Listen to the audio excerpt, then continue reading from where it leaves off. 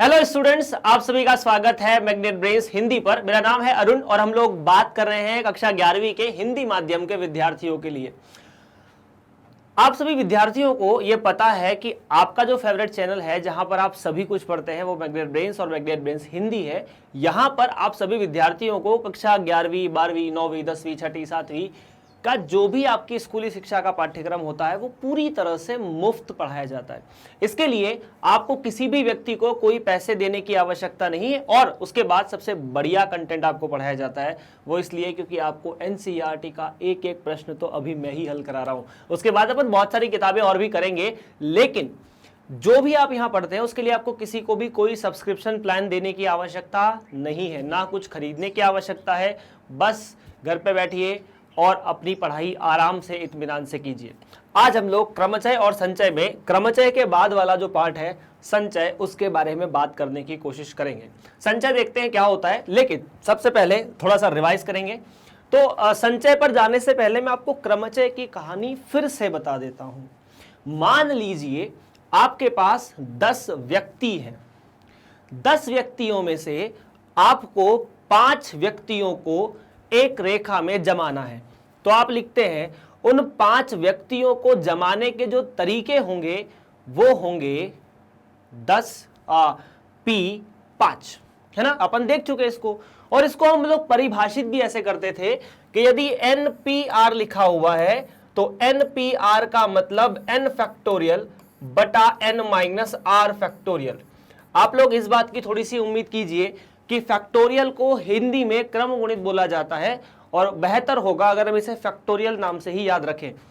अच्छा ठीक है, अच्छा इसे ऐसे भी लिखा जाता है। आपकी जो किताबें हैं उनमें n फैक्टोरियल को फैक्टोरियल का चिन्ह ये वाला भी प्रयोग किया जा सकता है, दोनों चिन्ह सही है। खैर, अच्छा मैंने आप लोगों से कहा कि आपको 10 में से 5 व्यक्तियों को जमाना है।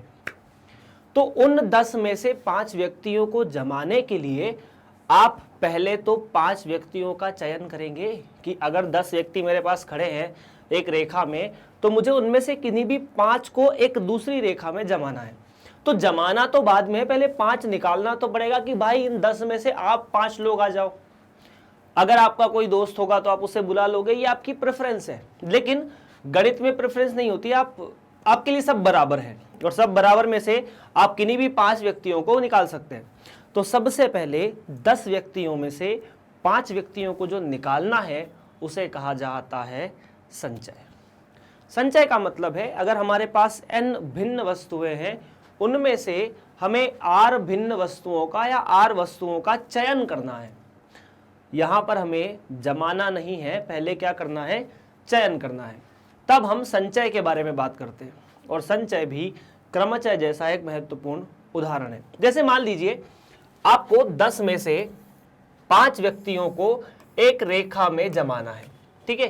जैसे 10 व्यक्ति हो सकते हैं ABCD EFGH और उसके बाद I और J।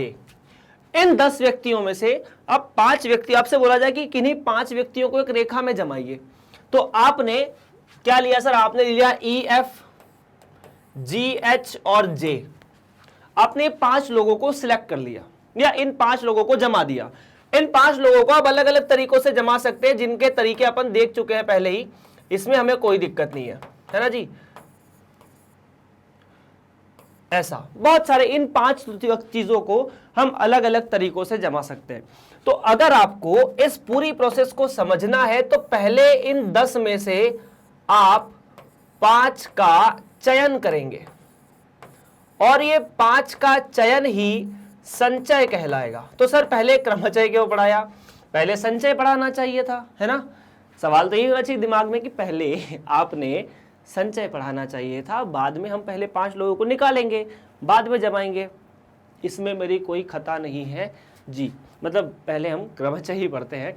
संचय के बाद आपने 5 लोगों को निकाल लिया। अब इन 5 लोग, जो 5 लोग निकाल लिए, अब देखो इन 10 में से 5 को निकालने का अलग अलग तरीका हो सकता है। किन्हीं लोगों को ये 5 पसंद आ सकते हैं, किनको ABCD और J पसंद आ सकता है, किसी को GHIJ और B पसंद आ सकता है। तो 10 में से 5 व्यक्तियों 5 वस्तुओं का संचय किया, और इस संचय को मतलब 10 में से आपके पास 5 आ गए, 10 में से 5 का फिर आप क्रमचय करेंगे, 10 में से फिर आप 5 या फिर जो 5 निकाले हैं उनका क्रमचय करेंगे। क्या मेरी बात आपको समझ में आ चुकी है ना? अंग्रेजी में संचय को कॉम्बिनेशन कहा जाता है, अंग्रेजी में संचय को हम कॉम्बिनेशन कहते हैं। अब देखिए, मैं आपको दूसरे तरीके से या नए तरीके से इस चीज को और समझने की कोशिश करते हैं, बस बने रहना। अच्छा ठीक है, अपन ना थोड़ा सा एडवांस चलते हैं। एडवांस चलते हैं कि मान लीजिए हमारे पास n भिन्न वस्तुएं हैं। कितनी? n भिन्न वस्तुएं। वस्तु हो सकते हैं, व्यक्ति हो सकते हैं, कुछ भी हो सकते हैं, है ना? और उसमें से आपको r चीजों का क्रमचय करना है। ठीक है, क्या करना है? क्रमचय। मतलब आपको इनमें से n में से r निकालना है। ठीक है, किसका? r का क्रमचय। तो r का जो क्रमचय है उसे आप लिखते हैं NPR। इस NPR के अंदर संचय भी आ चुका, जैसे n में से आपने r वस्तुओं को अलग निकाल लिया, फिर उनको जमा दिया, तो ये NPR के अंदर दोनों चीजें आ गई। आप संचय भी कर चुके हैं, आप जमा भी चुके हैं। इस बात को यहां ध्यान से सुनते रहना। ठीक है, क्या होता है, ये जो NPR लिखा है ना, इस NPR का मतलब है आपने n में से r वस्तुओं को अलग निकाल लिया है। तो n में से हमने r वस्तुओं को निकाल के जमा भी दिया उस NPR के अंदर। अब संचय को हम डिनोट करते हैं NCR से। किससे? NCR से। NCR मतलब n में से r वस्तुओं का या n भिन्न वस्तुओं में से r वस्तुओं का कॉम्बिनेशन। कॉम्बिनेशन मतलब संचय। अब देखो, दूसरा रास्ता ये हो सकता है कि सर पहले तो n में से आप r वस्तुओं का संचय कीजिए। कितनों का? n में से r वस्तुओं का। तो इसका तरीका हो जाएगा NCR। इसे डिनोट करते हैं कि n में से r वस्तुओं का संचय करना है। n में से r वस्तुओं का संचय करना है, उसके बाद इन n में से r वस्तुओं का क्रमचय करना है। मतलब हमने क्या किया, पहले n में से r वस्तुएं निकाल ली, n में से r वस्तुएं निकाल ली। अब हमारे पास r वस्तुएं हैं और उन्हें जमाना है। r वस्तुओं को r भिन्न जगह पर जमाना। उदाहरण वही है कि हमारे पास 10 वस्तुएं थी, 10 में से हमें 5 को एक रेखा में जमाना था। तो पहले 10 में से हमने 5 निकाली, अब 5 वस्तुओं को 5 जगह पर जमाना है, मतलब एक रेखा में जम जाएंगी। तो अब हमारे पास r वस्तुएं हैं, r वस्तुओं को r जगहों पर जमाने का तरीका होता है r फैक्टोरियल। अपन ने देखा था कि n वस्तुओं को n जगहों पर जमाने का तरीका n फैक्टोरियल, तो r वस्तुओं को r जगहों पर जमाने का तरीका r फैक्टोरियल। यहां से एक चीज देखो, ये जो NPR बन रहा है सीधा सीधा, क्या ये संचय करना n में से r वस्तुओं का, n में से r वस्तुओं का संचय करना गुणा उन r वस्तुओं का क्रमचय करना, r फैक्टोरियल। तो ये एक तो पहला आप लोगों को रिलेशन मिल जाएगा NCR और NPR में। यहां से आप NCR की परिभाषा भी दे सकते हैं। NCR मतलब NPR बटा R फैक्टोरियल। खैर इस पर बात करेंगे हम लोग। क्या ये दो चीज आप लिख सकते हैं? हम NCR को कैसे निकालेंगे उसका तरीका मैंने बता दिया। अब NPR क्या है? n फैक्टोरियल बटा n माइनस R फैक्टोरियल। उसको भी R फैक्टोरियल से भाग दे दो तो NCR बन जाता है n factorial n minus R factorial गुणा R फैक्टोरियल। मतलब इतना जो भाग था n फैक्टोरियल बटा n माइनस R फैक्टोरियल, ये तो NPR था। NPR को अगर मैं R फैक्टोरियल से और भाग दे दूंगा तो NCR का सूत्र आ जाएगा, और ये आपके लिए एक उपयोगी सूत्र होगा। क्या आप लोग इस बात को समझ चुके हैं? डन है? तो यही NCR और NPR की कहानी है। क्या मेरी बात आप लोग समझ चुके हैं? चलिए इसको और अपन अब मुद्दे पर बात कर लेते हैं। ये समझने की बात थी कि NCR या संचय कैसे आएगा, क्रमचय कैसे आएगा। तो अपन लिख सकते हैं इसकी जो परिभाषा है, या फिर n भिन्न वस्तुओं में से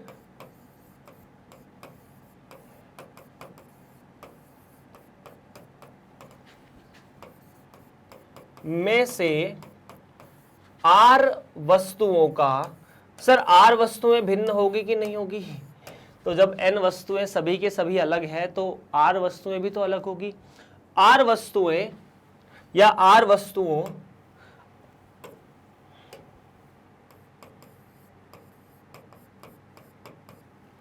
का चयन संचय कहलाता है। क्या कहलाता है? संचय। और n भिन्न वस्तुओं में से r भिन्न वस्तुओं का चयन संचय कहलाता है। और संचय को निरूपित कैसे करते हैं? तो संचय को निरूपित करते हैं NCR से। NCR का मतलब n में से r वस्तुओं का संचय, और ये सारी की सारी वस्तुएं भिन्न है। क्या आप लोग मेरी बात समझ चुके हैं? चयन का मतलब संचय। और अभी हमने देखा कि NCR को हम लोग ऐसे लिख सकते हैं, NCR बराबर NPR गुणा R फैक्टोरियल, या NPR गुणा NCR बराबर NPR बटा R फैक्टोरियल। और इस रूप से इसकी जो स्टैंडर्ड परिभाषा है या स्टैंडर्ड फॉर्मूला है वो हो जाता है n फैक्टोरियल बटा n माइनस R फैक्टोरियल गुणा R फैक्टोरियल। क्या आप लोग इस चीज को समझ चुके हैं? एक छोटा सा उदाहरण ले लेते हैं, उसकी मदद से इसे समझने की कोशिश करेंगे। अगर आपने इसे लिखा है तो अच्छी बात है, नहीं लिखा है तो फटाफट लिख लीजिए। चलिए, तो देखिए, मान लीजिए हमारे पास ना 3 अलग अलग शब्द हैं, A, B और C, या अक्षर है ABC। आपको कहा जाए कि इनमें से आपको 2 का चयन करना है ना? मैं क्या कहता हूं कि 2 का चयन करना है, उसके बाद अभी तो चयन ही करना है। चलो, आपको इनमें से क्या करना है? इनमें से 2 का चयन करना है। अब यहां बात समझने की कोशिश करना। 2 का चयन, तो आप AB को ले सकते हैं। हां जी, AB को लेने के बाद आप B या C को ले सकते हैं।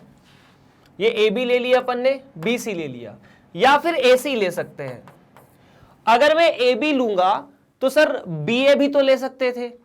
चयन करना, 2 व्यक्तियों का चयन करने में कौन पहले आ रहा है कौन बाद में आ रहा है ये इंपॉर्टेंट नहीं है। अगर मैं कहूं कि आपका और आपके दोस्त का चयन किया जाता है किसी फुटबॉल टीम के लिए, तो पहले आपके दोस्त का नाम बोले, आपका नाम बोले, आप दोनों अंदर आ चुके हो, तो AB का चयन करो या BA का चयन करो, बात बराबर है। तो 3 में से 2 वस्तुओं का या 2 व्यक्तियों का चयन इस तरह से हो सकता है। अब उसके बाद बोला जाए कि 3 में से 2 वस्तुओं को जमाना है, 2-2 वस्तुओं को, तो अब ये AB जो है, अगर ये व्यक्ति ना होते और 2 वस्तुएं होती, तब मैं इन्हें ऐसे जमा सकता था कि AB को जमाने का तरीका A को पहले लिख दो, B को पहले लिख दो, या B को पहले लिख दो, A को बाद में लिख दो। उसके बाद BC को जमाने का तरीका BC और CB, ये जमाने का तरीका है, ये संचय है या क्रमचय है।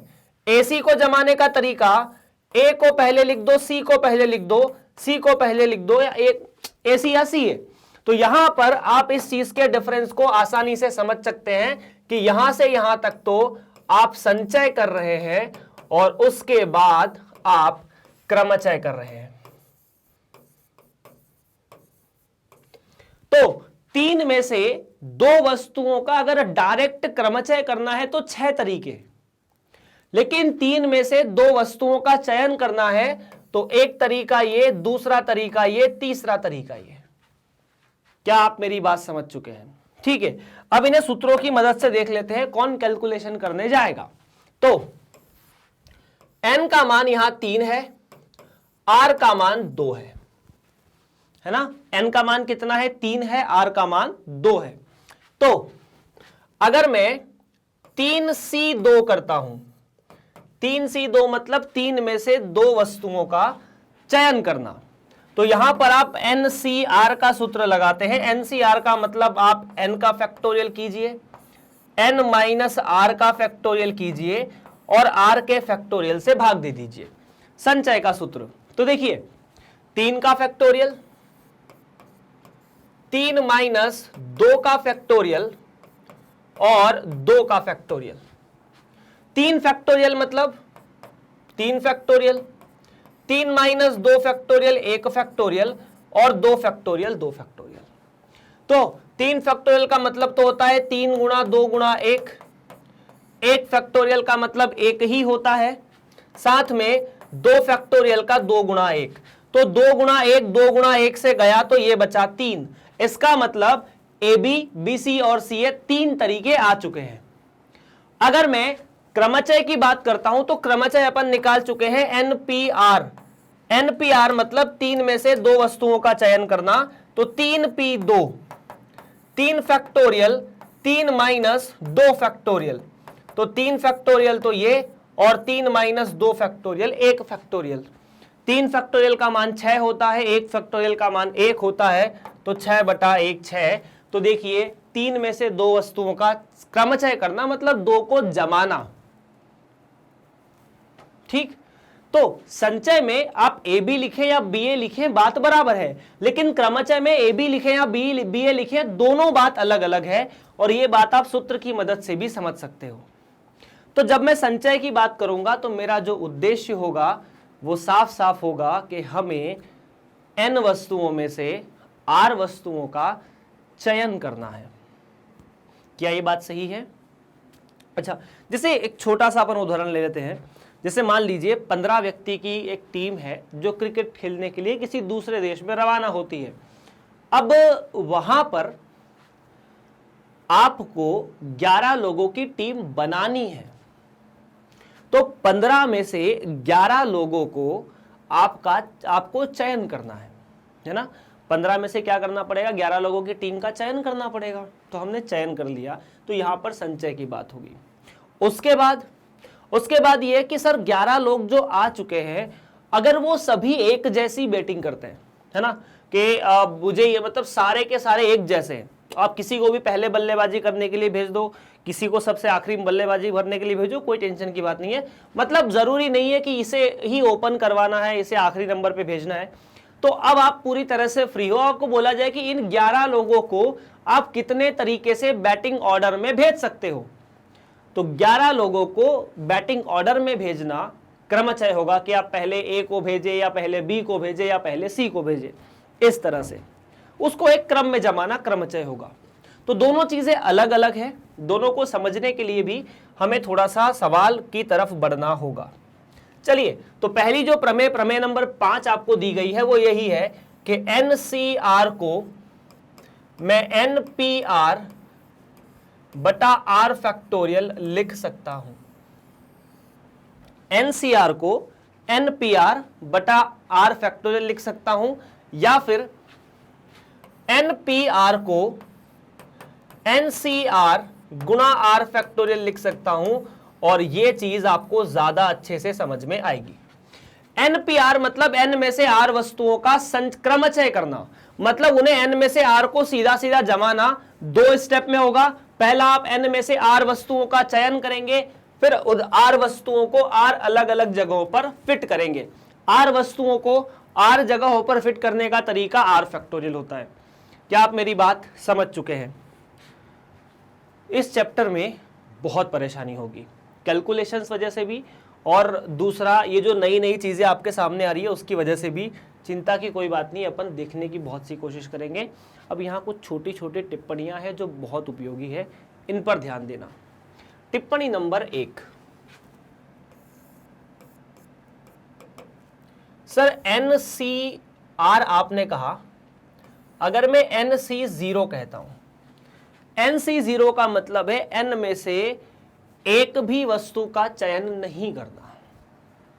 जैसे मान लो स्कूल में फुटबॉल की टीम बन रही है, ठीक है, और आपकी कक्षा से 30 विद्यार्थियों में से एक का भी चयन नहीं किया जाता है, तो उसका एक तरीका तो होगा ही होगा कि आप किसी को भी ना लो। तो NC0 होता है 1। कितना होता है 1। इसे हम सूत्र की मदद से भी देख सकते हैं। कैसे? चूंकि NCR बराबर n फैक्टोरियल बटा n माइनस r फैक्टोरियल गुणा r फैक्टोरियल। अगर आप r की जगह 0 रख देते हैं तो आपको मिलेगा NC0 बराबर n फैक्टोरियल साथ में n माइनस 0 फैक्टोरियल गुणा 0 फैक्टोरियल। अब n माइनस 0 फैक्टोरियल तो n फैक्टोरियल है, n minus 0 factorial n factorial, और 0 फैक्टोरियल का मतलब तो 1 है, तो n फैक्टोरियल बटा n फैक्टोरियल 1 होता है और NC0 बराबर 1 यहां से हम देख चुके हैं। ये एक पहली टिप्पणी है जो आपको काम देगी। इसे आपको याद रखना है कि n में से एक भी वस्तु का चयन करने का तरीका, एक भी वस्तु का चयन ना करने का तरीका एक तो होता ही है। दूसरा मतलब इसी का पार्ट है NCN, मतलब n में से n वस्तुओं का चयन करना। आपके पास 5 गेंदे हैं, आप पांचों गेंदों का, आप 5 में से पांचों गेंदों का चयन करना चाहते हो तो एक ही तरीका है कि पांचों को उठा लो। आपके स्कूल में 30 विद्यार्थी है, 30 विद्यार्थियों को पिकनिक पर लेकर जाना है। आपकी कक्षा में अगर 30 विद्यार्थी है और 30 को पिकनिक पर लेकर जाना है तो साफ साफ बात है हम 30 को उठा लें। इसके अलावा तो कोई तरीका है नहीं कि एक को छोड़ दिया तो उसको ले लो, इसको ले लो, ऐसा तो कुछ है नहीं। तो इसका भी एक ही तरीका होगा और इसे भी आप इस सूत्र की मदद से वेरीफाई कर सकते हैं। कैसे? NCN बराबर n फैक्टोरियल बटा n माइनस n फैक्टोरियल गुणा n फैक्टोरियल। जहां जहां r है वहां वहां n रख दो, तो NCN n फैक्टोरियल तो n factorial, n minus n factorial 0 factorial, और ये भी n फैक्टोरियल। अब 0 फैक्टोरियल का मतलब तो 1 होता है, तो n फैक्टोरियल गुणा 1 गुणा n फैक्टोरियल।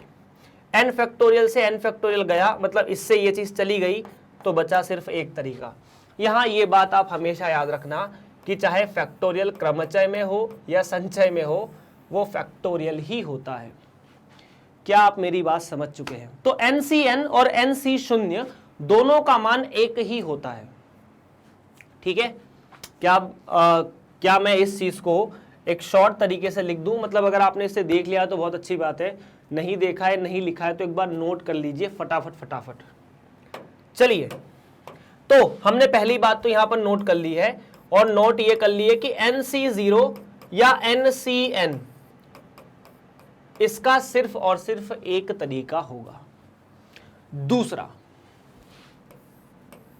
सर मैं n में से एक वस्तु का चयन करना चाहता हूं, मतलब अगर आपके पास 5 गेंदे हैं तो आपको 5 में से, या 5 उंगली है मान लो मेरी, मुझे एक उंगली का चयन करना है, तो मैं इसका चयन कर सकता हूं, हालांकि इसे अंगूठा कहा जाता है लेकिन फिर मैं भाषा में नहीं जाना चाहता। एक इसका चयन कर सकते हैं, इसका कर सकते हैं, इसका या इसका, तो कुल मिला के 5 ही ऑप्शंस हैं। तो अगर n में से एक वस्तु का चयन करना है तो क्या n ऑप्शंस होंगे? चेक कर लेते हैं। देखो, क्योंकि हम जानते हैं कि NCN का मतलब है, या NCR का मतलब, NCR का मतलब n factorial n minus r factorial गुणा r फैक्टोरियल। यह आपको आपके स्कूल में पूछे जा सकते हैं कि बताइए इसका मान क्या होगा, तो यह आपको जरूरत तो पड़ेगी NC1 की, चिंता मत करो। NC1 या r की जगह 1 रखोगे, अगर r की जगह 1 रखा जाए तो NC1 बराबर n factorial n minus 1 factorial गुणा 1 फैक्टोरियल। क्या ये बात ठीक है? तो NC1 के बारे में अगर बात करो, अच्छा n फैक्टोरियल को क्या मैं लिख सकता हूं इस सूत्र की मदद से ऐसा? हाँ जी, तो क्या इसे लिखा जा सकता है n गुणा n माइनस 1 फैक्टोरियल, और साथ में ये फिर से n माइनस 1 फैक्टोरियल, और 1 फैक्टोरियल का मतलब तो 1, ये इससे गया, यहां पर बचा सिर्फ n, तो NC1 का मतलब n होता है। मतलब आप n में से एक वस्तु का चयन कीजिए, n तरीके होंगे, 5 में से 5 उंगलियों में से एक उंगली का चयन करना तो एक तरीका, दूसरा तरीका, तीसरा, चौथा और पांचवा, मतलब 5 तरीके। 10 में से किसी एक व्यक्ति को बुलाना 10 तरीके, 10 में से किसी भी बुला सकते हो। 52 ताश के पत्तों में से एक पत्ते का चयन करना 52 तरीके। क्या ये बात ठीक है? हाँ या ना? बिल्कुल सही है। उसी तरह से अगर मैं यहां पर NCn-r या n-1 वस्तु का चयन करना चाहता हूं, n-1 मतलब आपके पास 5 वस्तुएं हैं, उनमें से आपको 4 का चयन करना है। अब 5 में से 5 का चयन एक बार कर चुके हैं, 5 में से 0 का चयन भी एक तरीके से कर सकते हैं, 5 में से 1 का चयन n तरीके से कर सकते हैं। अब 5 में से 4 वस्तुओं का चयन करना है, 100 में से 99 वस्तुओं का चयन करना है, 1000 में से 999 वस्तुओं का चयन करना है, मतलब जितनी वस्तुएं हैं उससे कम वस्तुओं का चयन करना है। तो देखिए जैसे ये 5 उंगलियां हैं, ठीक है, आपको इनमें से 4 का चयन करना, तो पहला तरीका ये, दूसरा तरीका ये, तीसरा तरीका ये, चौथा तरीका ये, पांचवा तरीका ये, तो कुल मिला के 5 तरीके। तो उसी तरह से अगर यहां पर इसमें सूत्र लगाया जाए n फैक्टोरियल वाला, तो क्या मिलेगा वो देखो, n-r, r का मतलब क्या है? r का मतलब तो n-1 है, तो ये हो जाएगा n-1 का फैक्टोरियल। उसके बाद r की जगह n-1 है, तो मैंने फिर से n-1 लिख दिया, मतलब ये n-1 का फैक्टोरियल। ठीक है, तो ऊपर तो n फैक्टोरियल, नीचे n-n+1 फैक्टोरियल, और यहां पर n-1 फैक्टोरियल। n-n 0, 1 बचा, तो यहां पर बचेगा n फैक्टोरियल। इस n फैक्टोरियल को फिर से n गुणा n-1 फैक्टोरियल लिख दिया, और ये बचा 1 फैक्टोरियल, साथ में n-1 फैक्टोरियल। n-1 फैक्टोरियल से n-1 फैक्टोरियल कटा, तो क्या बचा? 1 फैक्टोरियल का मतलब तो 1 होता है, तो सिर्फ n। मतलब ऐसा कि आप n में से एक वस्तु का चयन करो या n में से एक कम वस्तु का चयन करो, बात बराबर है। अब इसे दूसरे तरीके से देखिए, ये ऐसे 2 चीजें हो चुकी है। दोनों सूत्रों को मैं आपको और दूसरे तरीके से दिखाता हूं। n में से 0 वस्तु का चयन किया, एक तरीका। n में से n वस्तु का चयन किया, मतलब 0 वस्तु को रिजेक्ट किया, तो भी एक तरीका। n में से एक वस्तु का चयन किया, तो n तरीके। n में से n-1 वस्तु का चयन किया, n-1 वस्तु का चयन करना मतलब एक वस्तु को रिजेक्ट करना, तो n में से एक वस्तु को रिजेक्ट करना उसका भी एक तरीका। तो एक वस्तु का चयन और एक वस्तु को रिजेक्ट, दोनों का तरीका n। अब इसे अपन जनरलाइज फॉर्म में देख लेते हैं। जनरलाइज फॉर्म में ये क्या कहा जाता है और क्यों कहा जाता है। चलिए यहीं पर अपन बहुत सारी चीजें देख लेंगे। मुद्दे की बात ऐसी है कि यदि आपको कहा जाए, चलो इससे बढ़िया मैं आपको एक बात बताता हूं कि आपको पता है कि NCr बराबर n फैक्टोरियल n-r फैक्टोरियल बटा r फैक्टोरियल, और इसका मतलब है n में से r वस्तुओं का चयन, और ये n भिन्न वस्तुएं हैं ना, n में से r वस्तुओं का चयन। यहां सभी वस्तुएं भिन्न हैं, ठीक है, यहां पर भिन्न वस्तुएं हैं, ठीक है। अच्छा, अगर मैं ये निकालने की कोशिश करता हूं NCr या n-r, NCn-r, इसका मतलब क्या होगा? इसका मतलब होगा कि n में से आप n-r वस्तुओं का चयन कर रहे हैं या r वस्तुओं को रिजेक्ट कर रहे हैं। क्या कर रहे हैं? n में से आप n-r वस्तुओं का चयन कर रहे हैं। जैसे मान लीजिए आप 10 में से 8 वस्तुओं का चयन कीजिए या 10 में से 2 वस्तुओं को रिजेक्ट कीजिए, बात बराबर है। आप 10 में से 2 वस्तुओं को चयन कीजिए या 10 में से 8 वस्तुओं को रिजेक्ट कीजिए, बात तो एक ही है। ठीक है सर, तो इसको अगर निकालने जाएंगे तो सूत्र क्या लगेगा, n फैक्टोरियल, बिल्कुल सही, और n माइनस आर की जगह n माइनस आर आ जाएगा, तो n माइनस आर, और इसकी जगह अपन लगा देंगे पूरा का पूरा ब्रैकेट और यहां पर फैक्टोरियल, साथ में r की जगह n माइनस आर है तो ये n माइनस आर फैक्टोरियल। अभी देखिए थोड़ा सा और, क्या ये n फैक्टोरियल बटा, इस ब्रैकेट को अगर ओपन करेंगे तो n minus n plus r factorial हो जाएगा और ये n माइनस आर फैक्टोरियल हो जाएगा।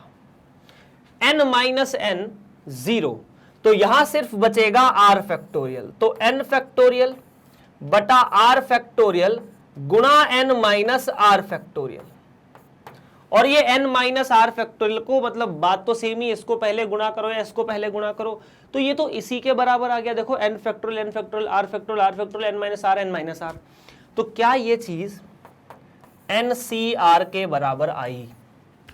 हाँ, और अगर ये इसके बराबर आई तो ये काफी उपयोगी चीज आपने नोट कर ली है कि NCR बराबर NCN माइनस आर, NCR बराबर NCN माइनस आर। इसका मतलब है कि n में से r वस्तुओं का चयन बराबर है n में से r वस्तुओं का रिजेक्शन, n में से r वस्तुओं का रिजेक्शन। जैसे उदाहरण के लिए अब इस चीज को ना अपन एक मूल मंत्र में लेकर आते हैं। क्या आप ये नोट कर चुके हैं? अगर आप ये नोट कर चुके हैं तो यहां से एक बात बताइए, ये n है तो ये n है, अगर मैं इन दोनों को जोड़ देता हूं तो r plus n minus r सदैव n के बराबर होगा। मतलब अगर यहां n लिखा है और यहां n लिखा है और इन दोनों की संख्याओं का जोड़ n के बराबर होता है, अगर यहां n लिखा है यहां n लिखा है और इन दोनों की संख्याओं का जोड़ n के बराबर होता है तो ये बराबर रहेंगे। अब मैं आपको यहां छोटे छोटे उदाहरण देता हूं। 10C7 10C3, क्यों 7 3 10, 7C4 7C3 7C5 7C2 7C1 7C6, ये सभी आपस में बराबर ही होंगे। क्यों? क्योंकि 3 4 7 5 2 7 और 6 और 1 7। अगर जो नीचे संख्याएं लिखी है उनका जोड़ ऊपर की संख्या n के बराबर है तो NCR आपस में सदैव बराबर होते हैं। अपन ने दो छोटे छोटे केस भी देखे थे यहां पर। कौन सा केस? कि NC0 बराबर NCN, दोनों का जोड़ देख लो कितना है, n के बराबर। NC1 बराबर NCN माइनस 1, वहां पर भी दोनों का जोड़ n के बराबर। तो इसे जनरलाइज तरीके में ऐसा लिखा जाता है, आप चाहो तो इसे नोट कर लो, और अगर कोई प्रॉब्लम आती है तो आप कमेंट करके बता देना यार कि सर ये प्रॉब्लम है, या फिर कोई चीज समझ में नहीं आती है, समझ में आ रही है तो बहुत अच्छी बात है, उसके लिए भी आप कमेंट करके बता तो देना कि सर हमें समझ में आया है। चलिए अब मैं यहां पर इसको जनरलाइज तरीके में ऐसे लिख सकता हूं कि यदि आपको कहा जाए NCX बराबर NCY, क्या कहा जाए? NCX बराबर NCY, तो दो केस निकल सकते हैं। या ऐसा हो सकता है कि x बराबर y हो जाए, NC5 या 10C5 बराबर 10C5, 20C3 बराबर 20C3, ऐसा हो सकता है। या फिर ये जो x और y है इन दोनों का योग n के बराबर होना चाहिए। क्या होना चाहिए? इन दोनों का योग n के बराबर होना चाहिए। अब देखो, ठीक है, मुझे बताते रहना कि इनमें से कौन सा सत्य है कौन सा असत्य है। ठीक है, 100C 98 बराबर 100C 99, 100C 98 बराबर 100C 2, 100C माइनस 2 बराबर 100C 102, ठीक है। और 100C 63 बराबर 100C 37, इसके साथ ही 100C 90 बराबर 100C 90। आपको फटाफट कमेंट करनी है कि 1 2 3 4 5 में कौन सा सत्य है कौन सा असत्य है। आप लिख सकते हैं पांचों में T T T T T T F F F F, जो लिखना है वो लिख दो, लेकिन बताओ कौन सा सत्य है कौन सा असत्य है। तो पहले के बारे में बात करते हैं। पहला जो प्रश्न है उसमें अगर यहां 100 है तो यहां 100 है, ठीक है। अगर यहां 100 है और यहां 100 है तो 98 प्लस 99 का योग 100 होना चाहिए। क्या होता है? क्या नहीं, चूंकि 98 प्लस 99 100 के बराबर नहीं है, इसीलिए ये कहानी गलत हो जाती है, ठीक है। 98 प्लस 2, 98 प्लस 2 ऊपर जो लिखा है वो 100 के बराबर है, ये चीज सही हो जाती है ना। तीसरे के बारे में आपका क्या ख्याल है? तीसरे के बारे में ख्याल ऐसा है कि चूंकि 102 प्लस माइनस 2 100 हो जाता है ना। बोलोगे सर चूंकि 102 प्लस माइनस 2 करेंगे तो ये 100 हो जाएगा, इसीलिए ये सत्य होना चाहिए। लेकिन लॉजिक थोड़ा सा यहां अलग है। 100 में से एनसीआर का मतलब क्या? एन में से आर वस्तुओं का चयन, तो 100 में से माइनस 2 वस्तुओं का चयन कोई कर सकता है क्या? या 100 में से 102 वस्तुओं का चयन कोई कर सकता है क्या? नहीं कर सकता, इसीलिए ये गलत है। गलत क्यों है? तो उसके पीछे लॉजिक ये है कि अगर मैं एनसीआर लिखता हूं, कुछ भी लिखता हूं, तो इस केस में आर धनात्मक संख्या होती है या अऋणात्मक होती है। 0 हो सकता है, चलेगा। साथ ही साथ आर एन से छोटा या एन के बराबर होना चाहिए, जो कि अपन ने एनपीआर में देखा। 63 प्लस 37 100 के बराबर, तो ये बात सत्य है, सब कुछ पॉजिटिव है, सत्य है। तीसरा 100 से 90, 100 से 90 ये भी सत्य है, कोई चिंता की बात नहीं है। तो आप चाहे तो फटाफट नोट कर सकते हैं, फिर अपन बढ़ते हैं आगे। चलो यार, तो ये चीज भी हो चुकी है। अब छोटी छोटी कुछ चीजें और भी है जो मैं आपको यहां बता रहा हूं, आपको याद रखनी है, बहुत उपयोगी है। देखिए, एक होता है NC2। क्या होता है? NC2। NC2 निकालने के लिए बड़ा सिंपल तरीका है। NC2 का मतलब NCN-2 भी होता है ना, क्योंकि इन दोनों का जोड़ N हो रहा है, अपन देख चुके हैं। अगर ये निकालना है तो N और N से एक नंबर कम बटा 2, सिंपल सी चीज है। जैसे अगर बोला जाए कि 100C 98 जो कि 100C 2 के बराबर भी होता है, तो आप इसे लिख सकते हैं 100 गुना 100 से एक नंबर कम बटा 2। इसे हल करने की बात की है। तीसरा NC3 अगर ये कहा जाए, तो अब मैं आपको सिंपल तरीका बता रहा हूं। ये 2 को ना 2 फैक्टोरियल लिख लो ताकि इजी रहेगा। N से N और N के बाद के 3 नंबर लिख दो। 3 मतलब एक तो N हुआ, फिर N से एक और कम हुआ, फिर यहां से एक और कम हुआ, बटा 3 फैक्टोरियल। N से NC2 था तो N और N के बाद का अगला नंबर 2 नंबर। NC3 था तो N से एक और एक कम और उससे एक और कम, तो N-1 N-2 बटा 3 फैक्टोरियल। ठीक है क्या? ये चीजें याद रखनी अभी ना, फास्ट कैलकुलेशन में काम देगी। एक और प्रमेय करके दी हुई है आप लोगों को, हालांकि ये कुछ स्पेशल प्रमेय नहीं है। NCR मतलब आपने N में से R वस्तुओं का चयन किया, फिर N में से R-1 वस्तुओं का चयन किया। 2 बार करेंगे क्या? नहीं। देखो यहां पर बीच में प्लस का चिन्ह है, प्लस का चिन्ह है मतलब या तो आप ये वाला केस करेंगे या फिर ये वाला केस करेंगे। जोड़ नियम का मतलब क्या है, या तो ए हो जाए या बी हो जाए, मतलब या तो ये वाली चीज हो जाए या फिर ये वाली चीज हो जाए। मतलब n में से आप r वस्तुओं का चयन कीजिए या फिर n में से n माइनस r वस्तुओं का चयन कीजिए या r माइनस 1 वस्तुओं का चयन कीजिए। इसका तरीका n+1 CR होगा। उदाहरण के लिए आपको बोला जाए कि आप 10 में से 6 वस्तुओं का चयन कीजिए प्लस 10 में से 5 वस्तुओं का चयन कीजिए, तो ये हो जाएगा हमने 11 में से 6 वस्तुओं का चयन किया। ऐसा कुछ सीधा सीधा, बहुत छोटा सा, मतलब ये काम देने वाली चीज है।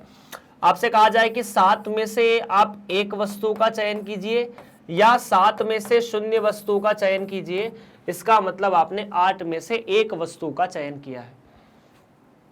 खैर इसको सिद्ध भी कर लेते हैं, है ना। चलिए, मतलब ऊपर वाला जो n है ना वो बढ़ जाएगा। सीधी सीधी बात ऐसी है, अगर ये दोनों समान है और इन दोनों में 1 का अंतर है, इसको ऐसे याद रखते हैं, अगर ये दोनों समान है और ऊपर वाले n और इन दोनों में 1 का अंतर है, तो ऊपर वाले को 1 बढ़ाकर यहां दोनों में जो बड़ा है उसे लिख दो, है ना। एक बार और ऐसा उदाहरण देख सकते हैं कि 1000 C 554 प्लस 1000 C 555 बराबर कितना। तो हमने देखा दोनों ऊपर वाले बराबर हैं, तो इसीलिए 1000 + 1 हो जाएगा, मतलब 1001। और इन दोनों में अंतर कितना है, 1 का। बड़ा कौन है, 555, तो 555।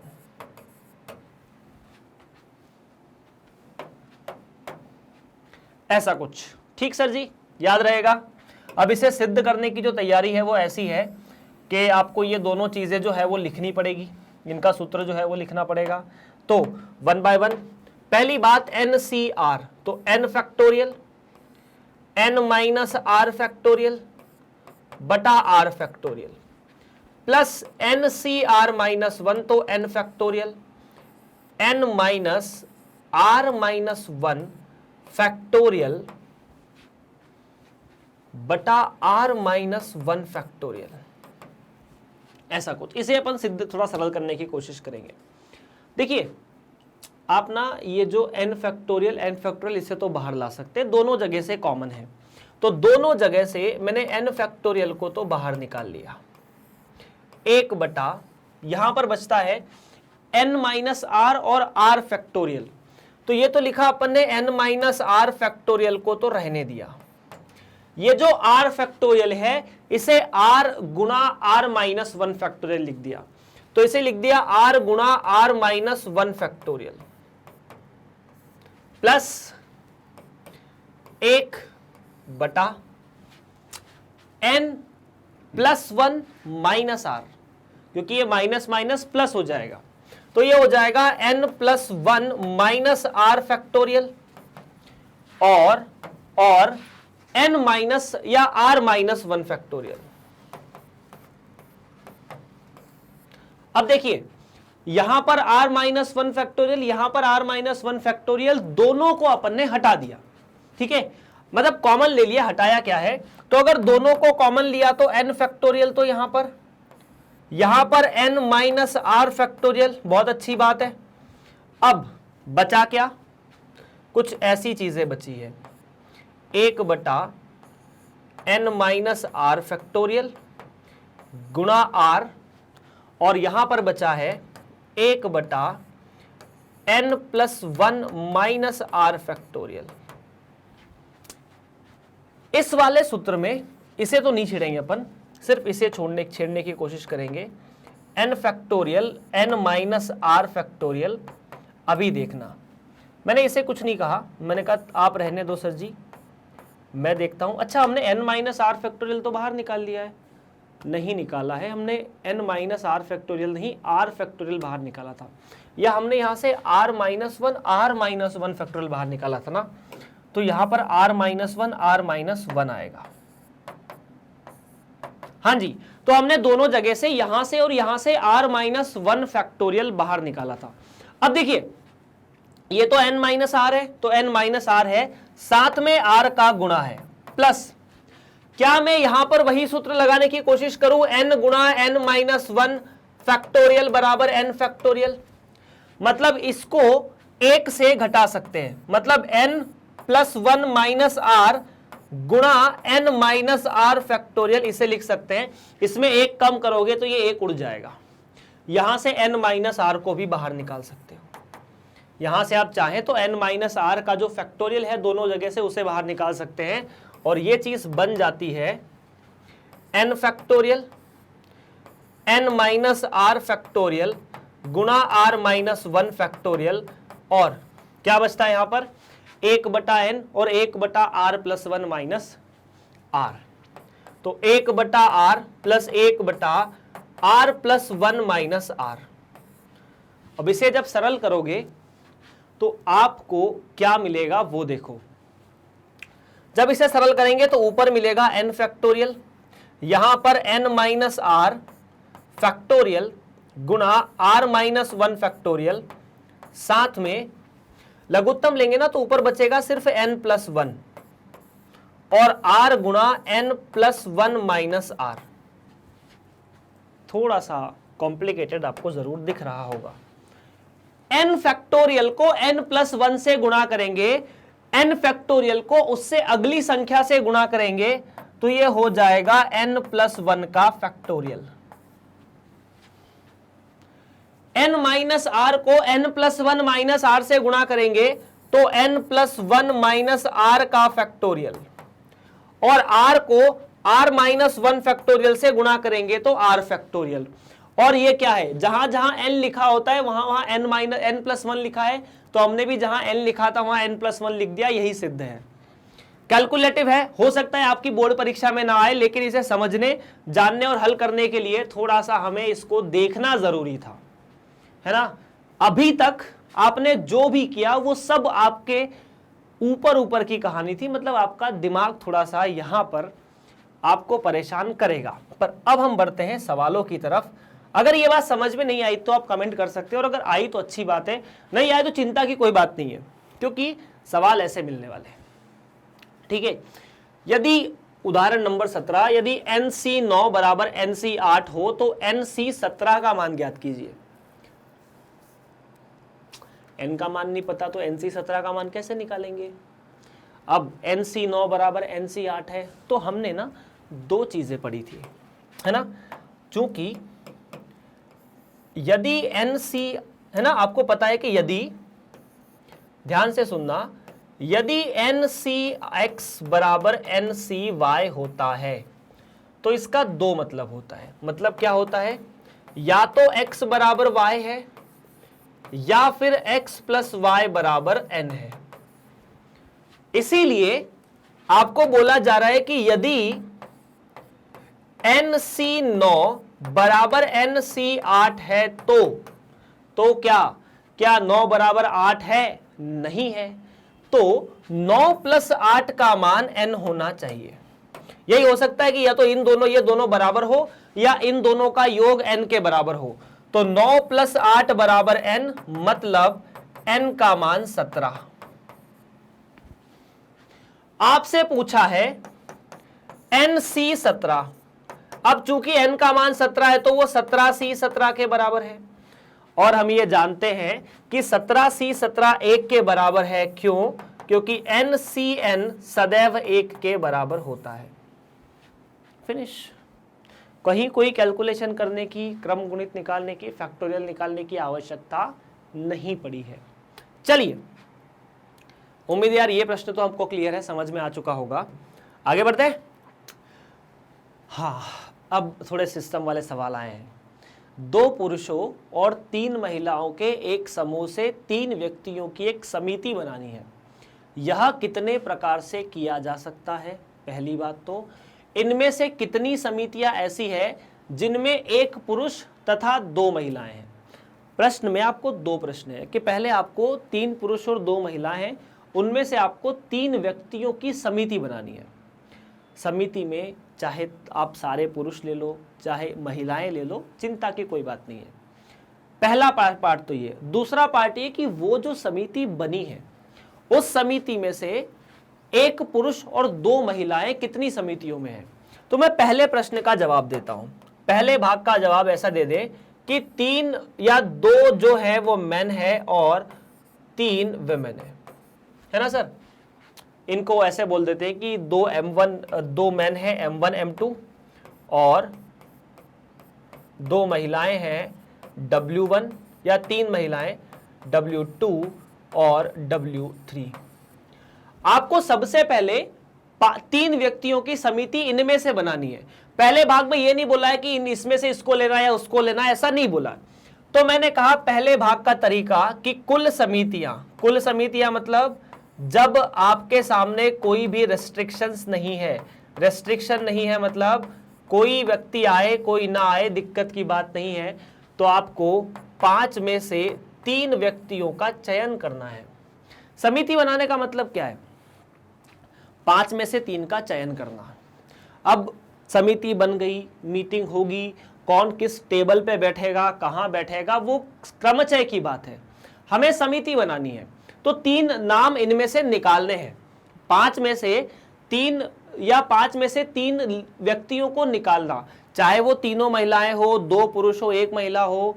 ये 2 पुरुष ले लिए, W1 को ले लिया, 2 पुरुष ले लिए, W2 को ले लिए, 2 पुरुष ले लिए, W3 को ले लिए, इस तरह की चीजें हो।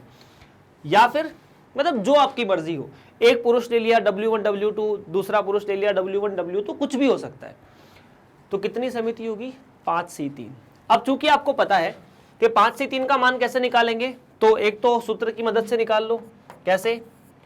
5 फैक्टोरियल, 5 माइनस 3 फैक्टोरियल और 2 फैक्टोरियल या 3 फैक्टोरियल, सॉरी। 5 फैक्टोरियल का मतलब तो 120, 5 माइनस 3 फैक्टोरियल 2 फैक्टोरियल और 3 फैक्टोरियल का मतलब 6। 120 से 6 20 बार कटेगा और 2 फैक्टोरियल का मतलब 2 होता है, मतलब आप कुल 10 तरीकों से ऐसा कर सकते हैं। क्या आपको ये बात समझ में आई? अब 10 तरीके कैसे हो सकते हैं, चाहो तो लिख लो, मतलब एक बार बना के देख लो क्या क्या होगा। ठीक है, ऐसा हो सकता है कि मैं एक भी पुरुष का चयन ना करूं। पहला केस तो ये समिति के लिए, तो W1, W2 और W3 हो सकते हैं। क्या ये ठीक है? एक केस तो ये हुआ। अब चाहे देखो यहां पर आप बोलोगे सर फिर W2 पहले आ सकता है, W1 बाद में आ सकता है, तो वो क्रमचय है, हमें इनको जमाना नहीं है, हमको इनको चयन करना है बस। तो इन तीनों को आप चाहे W1 को पहले चयन करो, W2 को पहले करो, फर्क नहीं पड़ता। 3 व्यक्ति 3 ऐसे हो सकते हैं। अब ऐसा हो सकता है कि हम एक पुरुष का चयन करें। एक पुरुष का चयन मतलब आपने M1 का चयन किया। मान लीजिए अगर आपने M1 का चयन किया तो बाकी 2 जगहों पर के लिए आप W1 W2, ठीक है, या फिर आप W2 W3, या फिर आप W3 और W1 का चयन कर सकते हैं। 3 अलग अलग केस हो गए, ठीक है। उसी तरह 3 ऐसा केस भी हो सकता है कि मैं M2 का चयन कर लूं। जब मैं M2 का चयन करूंगा तो M2 के चयन के समय भी W1 W2 को ले सकता हूं, M2 के चयन के समय भी W2 W3 को ले सकता हूं, या फिर M2 के चयन के साथ W3 या W1 को ले सकता हूं। ये एक पुरुष की कहानी, मतलब एक पुरुष समिति में हो, ठीक है। या फिर 2 पुरुष लिए जा सकते हैं। 2 पुरुष मतलब 2 पुरुष तो मतलब ऐसे ही केस है कि M1 M2 दोनों को लेना पड़ेगा। 2 पुरुष की बात तो ये कि इन दोनों को लेना पड़ेगा। अब M1 M2 को लोगे तो इनके साथ जो तीसरा केस हो उसमें W1 को ले सकते हो, या फिर M1 M2 को लेने के बाद W2 को ले सकते हो, या फिर M1 M2 के चयन के बाद W3 को सिलेक्ट किया जा सकता है। अब आप केस काउंट कर सकते हैं, इसके अलावा कुछ नहीं। 3 पुरुष है ही नहीं तो लोगे कहां से? तो 1 2 3 4 5 6 7 8 9 10, ये कुल 10 केस है। अब दूसरे भाग में पूछा है कि ऐसी कितनी समितियां हैं जिनमें एक पुरुष तथा 2 महिलाएं। एक पुरुष मतलब या तो M1 हो जाए या M2 हो जाए, बाकी तो 2 महिलाएं हैं। तो दूसरे भाग का जवाब तो 6 है, लेकिन हमें ऐसे नहीं निकालना है। ये तो मैंने आपको बताने के लिए बोल दिया कि ऐसे निकाल सकते हैं। तो दूसरे भाग का जवाब कैसे निकालेंगे, आप पहले इसे निकाल लीजिए। अगर आपने इसको हल कर लिया है तो अब देखो, समिति, ऐसी समिति जिनमें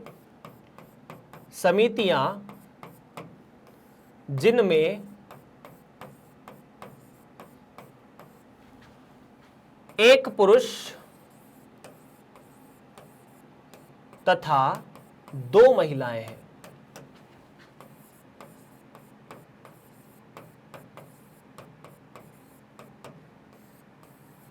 क्या हो सकता है? ऐसी समितियां जिनमें एक पुरुष तथा 2 महिलाएं। अब बात सोचिए, एक पुरुष को लेना है तो क्या लिखा जा सकता है कि यह बराबर है 2 में से एक पुरुष का चयन। हां जी सर, गुणा 2 महिला चाहिए, महिलाएं 3 है अपने पास, गुणा 3 में से 2 महिलाओं का चयन। ऐसा क्यों? क्योंकि देखिए, आपने 2 में से एक महिला का या 2 में से एक पुरुष का चयन कर लिया तो उससे अकेले से तो काम बनेगा नहीं, आपको 3 में से 2 महिलाएं लेनी पड़ेगी, तभी जाके 3 व्यक्तियों का समिति बनेगी। तो ऐसा भी लिखा जा सकता है कि 3 में से 2 महिलाएं का चयन या 2 महिलाओं का चयन। क्या आप मेरी बात समझ सकते हैं? उम्मीद है पूरी तरह से।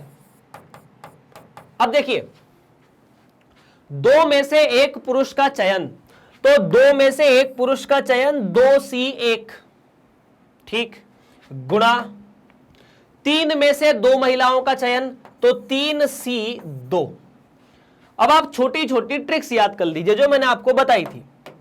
ट्रिक्स क्या बताई थी? 3 में से 2 महिलाओं का चयन 3C2, 2 में से एक पुरुष का चयन 2C1। दोनों के केस को गुणा करना पड़ेगा क्योंकि अकेले पुरुष के चयन से या अकेले महिला के चयन से समिति 3 लोगों की नहीं बनेगी। आपको एक पुरुष चाहिए था, दूसरी 2 महिलाएं चाहिए थी।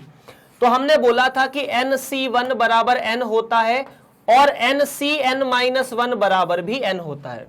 तो भले यहां कुछ भी लिखा है, अगर यहां 1 लिखा है तो इसका मतलब तो ऊपर वाली संख्या n है। अगर इन दोनों के बीच 1 का अंतर है, ऊपर की संख्या से नीचे की संख्या 1 छोटी है, तो भी जवाब n आएगा। ऊपर की संख्या से नीचे की संख्या 1 छोटी है तो n मतलब 3 आएगा, 6। मतलब चाहो तो इसे सूत्र की मदद से निकाल सकते हो, चाहो तो ये छोटे छोटे चीजें तो आपको याद रखनी पड़ेगी यार, है ना, कि NCn-1 n के बराबर, 5C4 5 के बराबर, 10C9 10 के बराबर, 12C11 12 के बराबर। तो इस तरह से वो 6 केस अपन ने जोड़े भी थे जो कि यहां पर काउंट हो गए। उम्मीद है आपको ये प्रश्न भी समझ में आया होगा। 52 ताशों की एक गड्डी में से 4 पत्तों को चुनने के तरीकों की संख्या क्या है?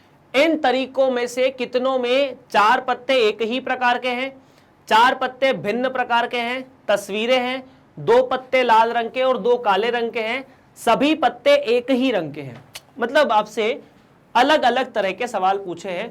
5 सवाल हैं, 52 ताश के पत्तों में से आपको 4 पत्तों का चयन करना है। तो सिर्फ यदि सवाल होता कि 52 में से 4 का चयन करना है तो जवाब होता 52C4।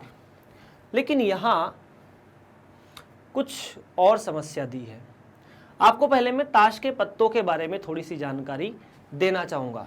आप पहले सवाल को पढ़ लीजिए क्या है क्या नहीं, क्योंकि मुझे पता है कि बहुत सारे बच्चों को ताश के पत्तों के बारे में पता नहीं होता है और मतलब बहुत सारे बच्चे इसे अच्छी चीज़ नहीं मानते, बात अलग है, अच्छी चीज़ है भी नहीं वैसे, पर उनके बारे में जानकारी होनी चाहिए क्योंकि प्रायिकता में इस पर बहुत सवाल है। ये अच्छे हैं नहीं है, ये अपनी चर्चा का विषय हो सकता है पर कभी और। पर इसको समझना पड़ेगा कि 52 ताश के पत्तों को हम कितने भिन्न तरीकों से पार्ट में टुकड़े तोड़ सकते हैं। तो 52 ताश के पत्ते 4 अलग अलग पार्ट में टूटे हुए होते हैं। मतलब पहले तो उनको 2 टुकड़ों में तोड़ा जाता है। 2 टुकड़ों में रंग के आधार पर कि 2 काले हैं और 2 तरह के पत्ते काले हैं और 2 तरह के पत्ते लाल हैं। तो 52 ताश के पत्तों को 2 टुकड़ों में तोड़ोगे तो 26-26, तो 26 काले पत्ते 26 लाल पत्ते। उसके बाद जो 26 काले पत्ते उनको 2 टुकड़ों में तोड़ा जा सकता है, उनका नाम दिया जाता है चिड़ी और हुकुम। तो हर 26 पत्ते को 2 तरीके में तोड़ा तो 13-13, लाल में भी ईंट और पान, तो इस तरह से वो भी 13-13। तो कुल 52 पत्ते 4 टुकड़ों में होते हैं, हर टुकड़े के अंदर 13-13 पत्ते होते हैं। अपन इसका एक मैप बना के देख लेते हैं, फटाफट आप इस सवाल को थोड़ा सा नोट कर सकते हैं। तो अपन भी पत्तों के बारे में जानकारी प्राप्त कर लेते हैं कि पत्ते कितने प्रकार के होते हैं, है ना। तो आप इसे नोट के रूप में लिख सकते हैं, काफी उपयोगी चीज है, प्रश्न बहुत आते हैं इस पर। तो ताश में कुल 52 पत्ते होते हैं, कितने? 52।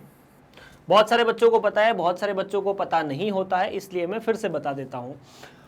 हर 52 पत्ते को हम 2 रंग में तोड़ते हैं, एक काला रंग, दूसरा लाल रंग। तो अपन इन्हें अलग अलग तरीके से भी लिख लेते हैं।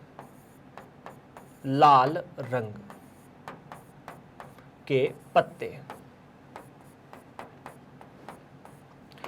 और ये काले रंग के पत्ते, है ना, काले रंग के पत्ते। अब देखना मेरी बात, लाल रंग के पत्ते होते हैं 26, काले रंग के होते हैं 26, टोटल मिलाकर 52 पत्ते। ठीक। अब काले रंग के पत्तों को 2 टुकड़ों में तोड़ा जाता है, एक तो होता है चीड़ी, नाम दिया जाता है ऐसा, और एक होता है पान, उसे काला पान भी बोल सकते हैं या हुक्म बोला जाता है। बेसिकली किताबों में आपको गणित में हुक्म लिखा हुआ है। अब इन पर साइन कुछ ऐसा बना होता है, चीड़ी का मतलब एक गेंद ऐसी होती है, उसके पास में एक गेंद ऐसी होती है और दूसरी एक और गेंद ऐसी होती है, और आफ्टर दैट यहां एक ट्रायंगल या त्रिभुज बना होता है, और उसके बाद हुक्म में एक ऐसा दिल टाइप बना होता है, काला दिल, है ना। और उसके बाद मतलब बेसिकली पान का पत्ता होता है ना काला, आपने देखा हो तो पान की दुकानों पे कभी जाइएगा, वहां पान इसी शेप में होता है, और यहां भी एक त्रिभुज बना होता है। उसी तरह लाल रंग के पत्ते भी 26 होते हैं, 26 को भी 2 टुकड़ों में तोड़ा जाता है, एक तो होता है ईंट और दूसरा होता है पान। ईंट में इस तरह का शेप बना होता है, मतलब इसे आप मान सकते हैं कि ये वर्ग या आयत जैसा कुछ कुछ दिखता है, हालांकि लगभग उसके जैसा नहीं दिखता। और पान में सिर्फ एक पान का पत्ता होता है या पान होता है जिसमें कुछ भी त्रिभुज नहीं लगा होता, और ये लाल रंग का होता है। यहां तक तो ठीक है। अब क्या आप इतना बता सकते हैं कि ताश के 52 पत्तों में हुक्म के पत्ते कितने होंगे, चीड़ी के कितने होंगे? क्योंकि 26 पत्तों को 2 बराबर टुकड़ों में तोड़ना है। अब ये तो ठीक है, हर पत्ते के पास एक इक्का होता है, तो इसके पास एक इक्का है, इसके पास भी एक इक्का है, ठीक है, इसके पास भी एक इक्का है। अपन ने इक्का लिखा हुआ, इक्का इक्का इक्का, ठीक है। इसके पास भी एक इक्का है, इसके पास भी एक इक्का है, और इसके पास भी एक इक्का है, और इसके पास भी एक इक्का होगा। कितना? एक, एक, एक और एक। इनके अलावा बाकी 2, 3, 4, 5, 6, 7, 8, 9, 10 तक पत्ते लिखे होते हैं, सब पे लिखा होता है 2, 3, 4। जैसे अगर पान का पत्ता है तो 2 पान बने रहेंगे, ऊपर 2 लिखा रहेगा। अगर 5वां पत्ता है तो 5 पान बने रहेंगे, 5 लिखा होगा। उसके बाद मतलब इक्के के बाद 2, 3, 4, 5, 6, 7, 8, 9, 10 तक पत्ते होते हैं। उसके बाद 10 पत्ते हो गए, बचे 3 पत्ते। तो इन 3 पत्तों को कहा जाता है चेहरे का कार्ड, चेहरे वाले कार्ड। तो चेहरे वाले में 3 चेहरे होते हैं। एक होता है गुलाम, क्या होता है? गुलाम, एक बेगम और एक बादशाह। तो अगर इसमें 3 चेहरे वाले हैं तो इसमें भी 3 चेहरे वाले होंगे। हां जी। तो अगर मैं आप लोगों से पूछूं कि गुलाम कितने होते हैं तो आप कहोगे 4। एक इसके पास, एक इसके पास, एक इसके पास, एक इसके पास। काले गुलाम कितने होते हैं? काले पत्तों वाले तो 2 होते हैं, एक चीड़ी का और एक पान का। क्या बात क्लियर है? इनके पास भी चेहरे वाले 3 पत्ते होते हैं। इनको अंग्रेजी में फेस कार्ड कहा जाता है। फेस कार्ड मतलब चेहरे वाले, चेहरे वाले पत्ते। तो चेहरे वाले पत्ते इधर भी कितने? 3 और इधर भी 3। क्या आप लोग मेरी बात समझ चुके हैं? अगर समझ चुके हैं तो चलिए अपन इस प्रश्न को हल करने की कोशिश करते हैं। ठीक है, ओके। 52 पत्तों में से आपको 4 पत्ते निकालने हैं और आपको यह बोला है कि चारों पत्ते एक ही सूट के या एक ही प्रकार के हैं। अगर चारों पत्ते एक प्रकार के हैं तो सबसे पहले एक बात बताइए मुझे, आपको प्रश्न में यह बोला है कि या तो चारों पत्ते चीड़ी के होने चाहिए या चारों पत्ते हुकुम के होना चाहिए। चारों पत्ते या तो ईंट के होने चाहिए या चारों पत्ते पान के होने चाहिए। ठीक है, प्रश्न जो है पहला ये वाला है। आपको 52 में से 4 पत्ते नहीं निकालने हैं, आपको या तो चारे चीड़ी के निकालने हैं, चारों हुकुम के, चारों ईंट के या चारों पान के। तो देखिए सबसे पहले ये जो 4 प्रकार हैं, 4 प्रकार मतलब चिड़ी, ईंट, हुकुम और पान, आपको पहले तो इनमें से किसी एक का चयन करना पड़ेगा। तो क्या मैं लिख सकता हूं कि इसके जो तरीके होंगे वो होंगे 4 प्रकारों में से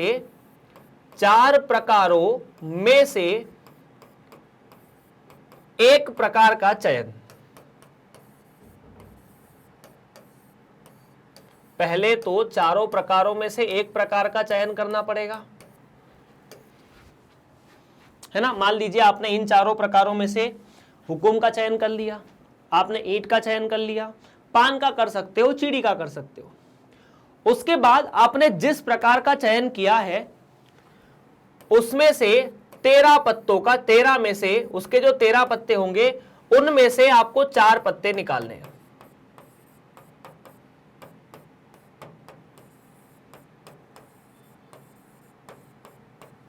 क्या इस तरह से पहले प्रश्न का जवाब दिया जा सकता है? आपको 52 में से पहले या तो चीड़ी सिलेक्ट करोगे, हुकुम, पान या ईंट।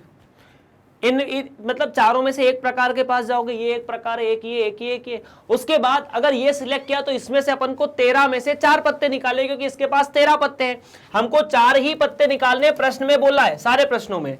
तो देखिए पहले 4 में से एक प्रकार का चयन तो होगा 4C1, है ना। 13 में से 4 पत्तों का चयन तो 13C4। जवाब ये भी सत्य है, इसमें चिंता की कोई बात नहीं है, यह जवाब भी सत्य है। दूसरा, 4 पत्ते 4 भिन्न प्रकार के हैं। 4 पत्ते 4 भिन्न प्रकार के हैं, इसका मतलब है कि आपको इसमें से एक पत्ता लेना है, एक इसमें से लेना है, एक इसमें से लेना है और एक इसमें से लेना है। 4 पत्ते मतलब एक पत्ता यहां से हो, एक यहां से हो, एक यहां से हो, एक यहां से हो। तो इन 13 में से एक पत्ता लेना, 13C1, 13 में से एक का चयन करना है, इस 13 में से एक का चयन करना, इस 13 में से एक का चयन करना, इस 13 में से एक का चयन करना। हमारे पास 4 पत्ते हैं या 4 प्रकार हैं, हर प्रकार से एक पत्ते का चयन। पहला चीड़ी, चीड़ी में से एक पत्ता निकालना, तो चीड़ी में से अगर एक पत्ता निकालना है तो चीड़ी के कुल 13 पत्ते, 13 में से एक का चयन किया, गुणा। उसके बाद हुकुम, हुकुम के 13 पत्ते, 13 में से एक का चयन किया, गुणा क्यों कर रहे हैं? क्योंकि ये करना पड़ेगा, फिर ये भी करना पड़ेगा। फिर ईंट, तो ईंट में से एक पत्ते का चयन किया और बच गया पान, तो पान में से एक पत्ते का चयन किया। अब देखिए इसका मान आप आसानी से निकाल सकते हैं, क्योंकि आपको पता है कि 13C1 जब यहां पर 1 आ जाता है यहां पर, तो ये मान ऊपर वाले 13 के बराबर होता है। तो 13C1 13 के बराबर, तो ये 13 गुणा 13 गुणा 13 गुणा 13, तो 13 की घात 4। दूसरा, तस्वीरें हैं। अगला सवाल क्या है, तीसरा वाला, कि ये तस्वीरें हैं। ये पहले का जवाब था, ये दूसरे का जवाब है। तस्वीरें हैं मतलब आपको जो चारों पत्ते निकालने हैं वो तस्वीर होनी चाहिए। तो एक बात बताइए, आपको तस्वीरों में से 4 पत्ते निकालने हैं। तस्वीर कितनी है? 3 तस्वीर, चेहरे मतलब हर एक प्रकार के पास 3 तस्वीरें हैं। तो या तो ये 3 है, ये 3 है, ये 3 और 3, मतलब कुल 12 तस्वीर हमारे पास है, भले वो अलग अलग प्रकार की हो। यहां ये नहीं बोला है प्रश्न में कि एक ही प्रकार की तस्वीरें हैं, ये तो नहीं बोला है।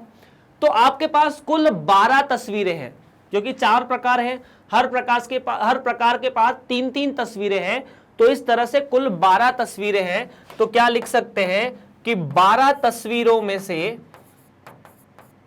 या 12 चेहरों में से एक का चयन, या एक का नहीं 4 का चयन, हमें 4 पत्ते चयन करने ना, 4 का चयन, तो 12 में से 4 का चयन मतलब 12C4।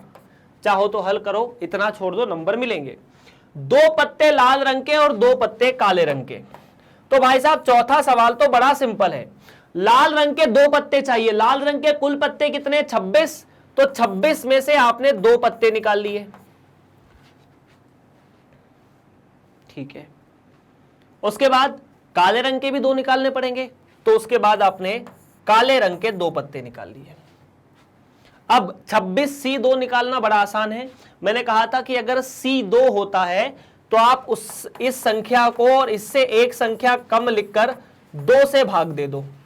उसी तरह से यहां पर भी 26C2 का मतलब यही होगा, तो यह आ जाएगा 13 गुणा 25 का वर्ग, जो भी आए।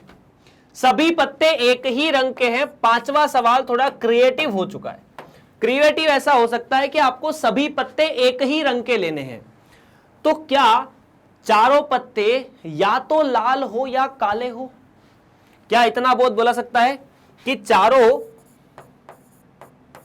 या तो लाल या काले? अब देखो, या तो लाल या काले का मतलब है कि 26 में से, काले मतलब 26, भले वो किसी भी तरह के हो। ये नहीं बोल रहा है कि चिड़ी के लेने हैं, हुक्म के लेना है। 2 चिड़ी के ले लो, 2 हुक्म के ले लो, 1 चिड़ी का ले लो, 1 हुक्म का ले लो, उसमें चेहरे वाला पत्ता हो नहीं हो, मतलब ये रंग काला होना चाहिए। जहां पर या तो शब्द आता है अपन जोड़ की बात करते हैं, है ना। तो 26 में से आप 4 पत्ते निकाल लो, मतलब अगर आप 26 में से 4 लाल निकाल लोगे तो आपका काम हो जाएगा। या फिर आप 26 में से 26 काले में से 4 पत्ते निकाल लो, या तो आप 26 लाल में से 4 पत्ते निकाल लो या 26 काले में से 4 पत्ते निकाल लो, आपका जवाब हो जाएगा। तो इस तरह से आपके सामने सारे सवाल हो जाएंगे। क्या मेरी बात ये आपको समझ में आ चुकी है? अगर आ चुकी है तो प्लीज कमेंट कर दीजिएगा, ताकि मुझे पता चल जाए कि आप इस प्रश्न को समझ चुके हैं। चलिए तो आगे बढ़ते हैं अगले प्रश्न की तरफ, या आज की इस लेक्चर की समाप्ति की तरफ, क्योंकि आपके जितने उदाहरण थे संचय के वो समाप्त हो चुके हैं। अगर इस लेक्चर को आप YouTube पर देख रहे हैं तो मैग्नेट ब्रेन्स की ऑफिशियल वेबसाइट पर भी आप जाकर देख सकते हैं। गूगल पर लिखिए www.magnetbrains.com और आप जैसे ही लिखेंगे, आप CBSE हिंदी माध्यम को सिलेक्ट कीजिएगा, कक्षा 11वीं को चयन करते ही आपको ऐसा फोटो दिखेगा। जैसे इस फोटो का चयन आपने किया, आपके सामने यहां पर गणित विषय के सारे अध्यायों का नाम नीचे लिखा हुआ रहेगा। किसी भी अध्याय पे आपने क्लिक किया तो उस अध्याय के अंदर जितने भी वीडियो हमने आप लोगों के लिए बनाए हैं, मतलब जितने वीडियो में वो अध्याय खत्म हुआ है उतने ही बनाए हैं आपके लिए। मतलब यूं समझ लीजिए, अगर NCERT की बात है तो छोड़ा कुछ नहीं है ना। तो किसी भी एक वीडियो पर या किसी भी एक टॉपिक पर क्लिक किया, चाहे प्रश्नावली 7.1 पे किया, प्रश्नावली 7.3 पे किया, या क्रमचय नाम के टॉपिक पे किया, संचय पे किया, उसका वीडियो चलने लग जाएगा। बस इतनी सी बात है। तो आप इसे ऐसे भी देख सकते हैं। बाकी आप सभी बच्चों को पता है कि मैग्नेट ब्रेन्स कक्षा 6 से लेकर 12वीं तक सभी विद्यार्थियों को 100% स्कूली शिक्षा जो है, मतलब जो भी आपको पढ़ाया जाता है वो पूरी तरह मुफ्त पढ़ाया जाता है। चाहे वो किसी भी राज्य के हो, चाहे वो कहीं भी बैठे हो, हम सभी विद्यार्थियों को पूरी तरह से मुफ्त पढ़ाते हैं। तो इसके लिए आपको कुछ नहीं करना, मैग्नेट ब्रेन्स के चैनल जो है उन्हें सब्सक्राइब कर लेना है। लाइक, सब्सक्राइब और शेयर वाला जो कॉन्सेप्ट है उसे अपनाते रहिए और आगे बढ़ते रहिए। आप सभी का बहुत बहुत धन्यवाद।